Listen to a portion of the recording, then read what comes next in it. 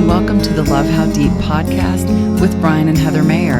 Our purpose is to equip married couples like you with resources that rely on the transformative power of God's Word to strengthen your relationship. Well, welcome back to another episode of the Love How Deep podcast. I'm so happy that you are here with me. I am flying solo today. It's going to be, it's been a little bit of a bachelor weekend for me. I've had, I'd say the last 4 or 5 days, Heather has been with her sister in Kentucky, and I have been on my own. They are twins. They're not identical. They don't necessarily look a lot alike, but they have similar personalities, and they love each other, love hanging out with each other. And so Heather's sister Stephanie came and spent about a week with us, and then they flew back to Kentucky, and Heather has spent the last 4 or 5 days there, and I'm going to be picking her up at the airport tomorrow. So I have been getting a lot done, believe it or not. You might think I've been lazy, but no, I've been taking care of a lot of things around the house.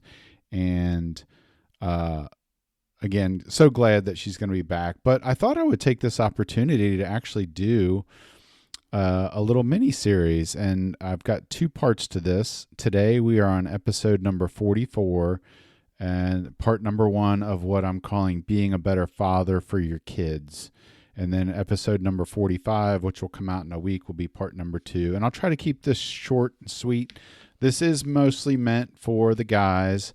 If you are a wife and you're listening to this, obviously take it all in, but don't be elbowing your husband and that kind of thing. Obviously encourage him to listen, but beyond that, don't be elbowing him in the side and telling him what he's not doing right. So anyway, this is mostly for the guys, and we'll try to keep this short because I know that we men have short attention spans sometimes, and we've got things to do. And so that's why I've broken this up into 2 parts. But it's a very important, I think, topic, obviously, because I would say, when you think about typically women and men, women are usually better at parenting, and they're better nurturers, and they're more aware of kind of what the child needs and what our kids need. And sometimes we men, are sort of stuck in our own heads with our own things that are going on. And we think a lot about work and about yard work and our favorite sports teams. And let's be honest, sometimes we don't put enough thought into what goes on in the house with our kids. And so I'm hoping that what I talk about today will help you in some regard. And by no means am I perfect. By no means did I get it all figured out. And in fact, when Heather and I were parenting my daughter, we're a blended family. And as you can imagine, that is not easy. And if you're in a blended family, this can be even tougher. For sure. But it was not easy. That was probably the one area of our relationship where we had the most challenges, was parenting. So again, I'm not saying that I have it all right and all perfect and all figured out, but I will say we're empty nesters now. So we're on sort of the other end of it. So we've had plenty of time for perspective and sort of thinking through what we've done, what we did, what went wrong, what went right. How to be better, that type of thing. So, but again, being a father is very important. And when I think about this, I think about Ephesians chapter 6, verse 4. It says, "Fathers, do not provoke your children to anger, but bring them up in the discipline and the instruction of the Lord." And I think that's an important verse because, I think a lot of times we as dads are kind of known as the heavies, in the situation that we joke around about that, well, wait until your father gets home, and striking fear into our children. And I don't really think that's the point. I think we probably need to work on getting away from that, and so because I don't want we as fathers to be known as the scary big hulking figure that comes in and we cower to, and I'm talking about the kids. I don't think we want to be known as that.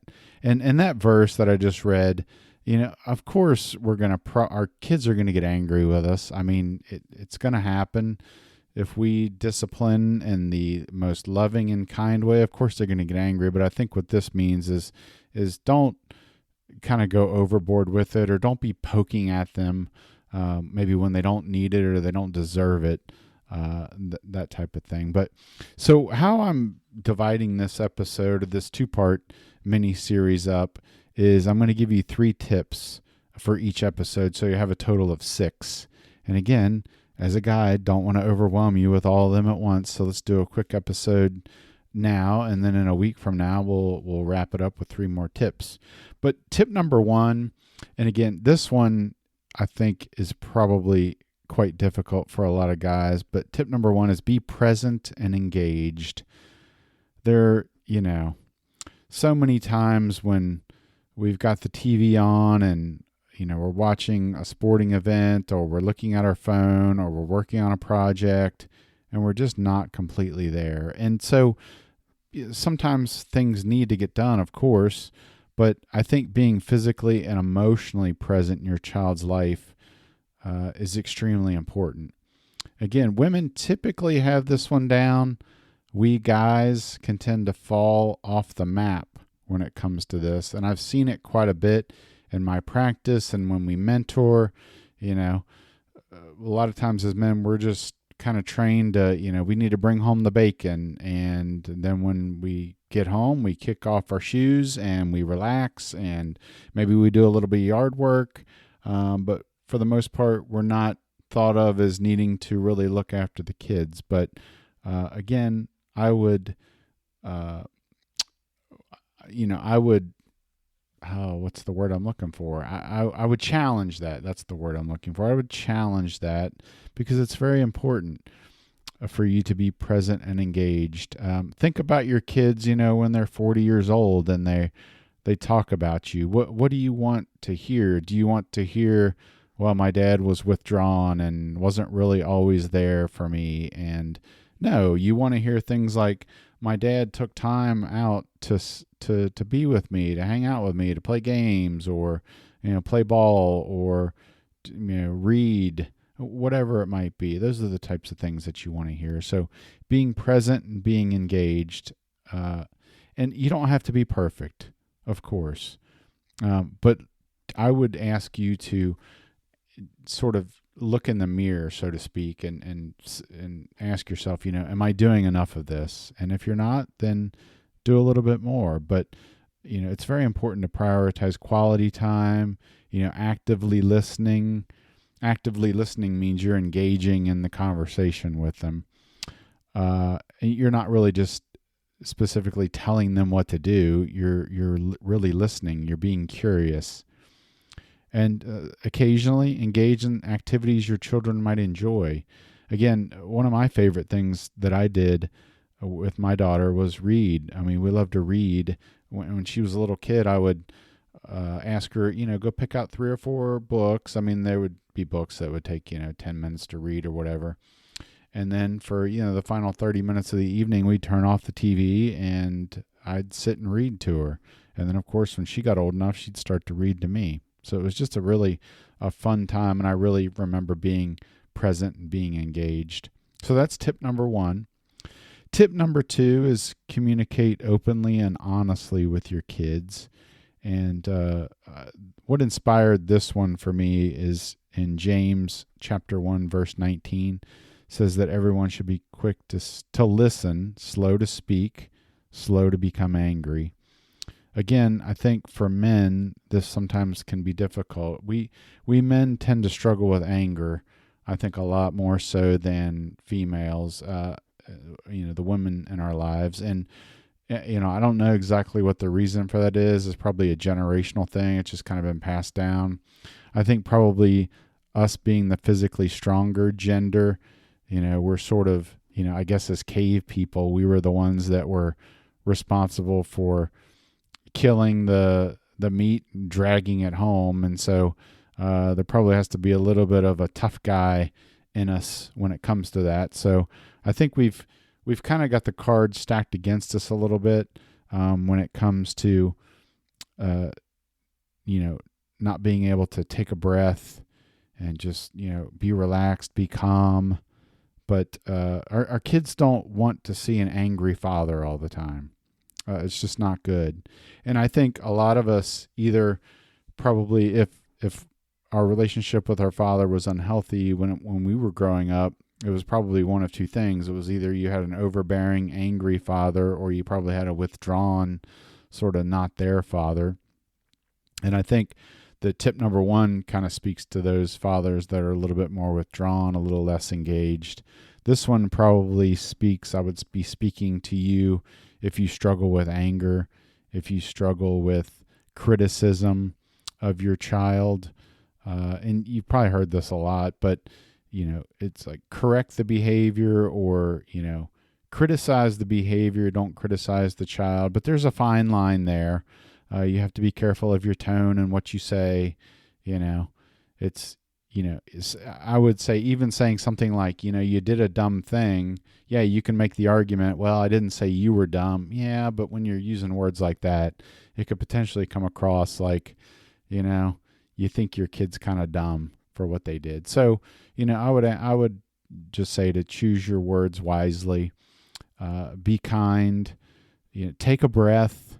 If you need to walk away, this is hard because in the moment, sometimes we don't think about it or we don't realize that we're getting upset. I know for me, I'm a counselor. That's my daytime job. And then Heather and I mentor couples as well in the evenings. And so we talk a lot about just being aware of yourself. There's a self-awareness that needs to develop. I've noticed for me when I start to get upset, start to get a little angry, I notice my chest tightens. Maybe my throat starts to feel like it's got a little lump in it, or I get like cotton mouth. And the reason I bring these things up is that I want you to think about, what makes you angry or what kind of bodily sensations happen for you when you get angry. Does your face get flushed? Do you start clenching? And then the point of that is to become aware of this and notice when it's happening. And maybe that's a time for you just to take a breath and potentially walk away and then possibly come back. Or maybe a simple breath actually makes it much easier for you to be able to express what you're trying to express. And, maybe growing up again, maybe you didn't have a father that really communicated in a vulnerable and open way with you. I know that's a very common theme that I hear, that, again, most dads are kind of stoic and don't show a lot of affection and love and appreciation. So, again, work as much as you can on your communication and don't be afraid or shy to ask your wife. I mean, again, I hate to keep saying this, but I think they do a much better job than we do at communicating. And so ask them, what kind of tips and advice would you give me as your spouse, to help me communicate with our kids in a better way? And ultimately what you're looking to do there with communicating is you're wanting to foster an environment of trust and open dialogue, and you want to model healthy communication for them. You want to be approachable. You want to have an open door. You don't want your kids to be afraid to come and talk to you about things. Now, of course, kids are kids, and it doesn't matter how much you say, how much of an open door you have. There are probably some times that they're just not going to come to you. I mean, I know when we were parenting my daughter, there were plenty of times where I would tell her, hey, come to us with anything, we want to be able to talk.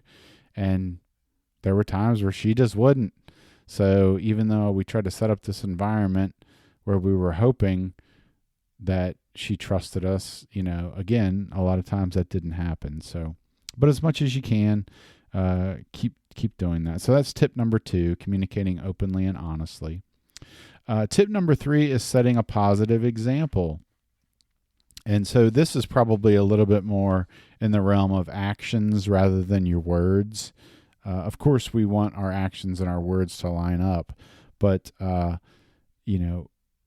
you model what it looks like to be a good father. So that might be, it could be something as simple as when you're watching a sporting event, don't be screaming at the TV. Don't be throwing things when your team is losing.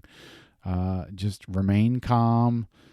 That might be a good place to start. Show what it looks like to treat others with kindness. Maybe you're upset that you went to the store and the product that you bought, you bought a new television and it's all messed up, and you've got to go and talk to the person at the counter about returning it, and the conversation doesn't go the way you like, and your son or your daughter's there with you. They're watching. I mean, maybe they don't realize that they are, but they are. They're little sponges. And so the impact of your behavior on them can last a lifetime. I think about, I used to have an anger problem in the car when people would cut me off. I would be yelling and being animated, and that was not the right thing to show my daughter. I'm much more calm now. It's taken me years. Oh my goodness. I wish I could say that I had gotten that straight when she was a kid, but did not. Lost my cool many a time. But now looking back on it, I realize, no, that was not the way to be. And I guess a Bible verse that really is an inspiration when it comes to what I'm talking about here with setting a positive example is in 1 Corinthians 11, verse 1. Just says, be imitators of me as I am of Christ. And so I believe that's Paul talking, that as much as he can, he's trying to be like Christ, and he's telling people, hey, try to do it the way I'm doing it. But, it's a balance. Obviously, you want to be a disciplinarian, you want to be firm, you want to be, at times strict if you need to be, but you can also be a role model. And I would say that means that when you mess up, just say so. You say, I kind of blew that one. Well, maybe not kind of, maybe you did blow it. Just tell them. I think they will be appreciative of that. Again, the smaller the child is, the less they probably will understand what that means. But I think especially teenagers, when they see you modeling, humility and things like, asking for forgiveness, it could be a very important thing. And they will start to emulate that. They should hopefully show that back to you and potentially to other people. And so you're just really trying to model Christ, I would say, with that last one by setting a positive example. So that is all I've got for you today. Wanted to just get this thing kicked off, being a better father for your children. Just some real quick hitting tips and strategies and tools. And when we come back on our next episode, we will talk about 3 more tips. And I think you will get a lot out of these. And I would just encourage you, maybe you don't necessarily need to implement all 6 of them, but take 1 or 2 that you hear in today's episode or in our next episode, which is episode 45, and then work on implementing those. Think about maybe the 1 or 2 that maybe you're not getting right that you need to work on. And so thank you so much for listening. Again, don't forget to come back in another week, and we will have episode number 45, part 2 of this series ready for you. And then also one other thing, we have lots of great free resources on our website, including a core values exercise. And I'm going to put a link into the show notes. It's a core values exercise. It's something that you can do with your spouse, but also I think it would be important for you to do this as well, just so you know kind of what your values are when it comes to filtering it through the lens of parenting. I think that could be very helpful as well. So check out the show notes. Those will be at lovehowdeep.com/44, and I'll have a link to the core values free exercise. And thank you again for listening. And we will do 1 more episode where I'm on my own. And then after that, Heather will rejoin, although maybe need to have her do one about mothers. All right. Anyway, take care, everyone. And I will see you next time.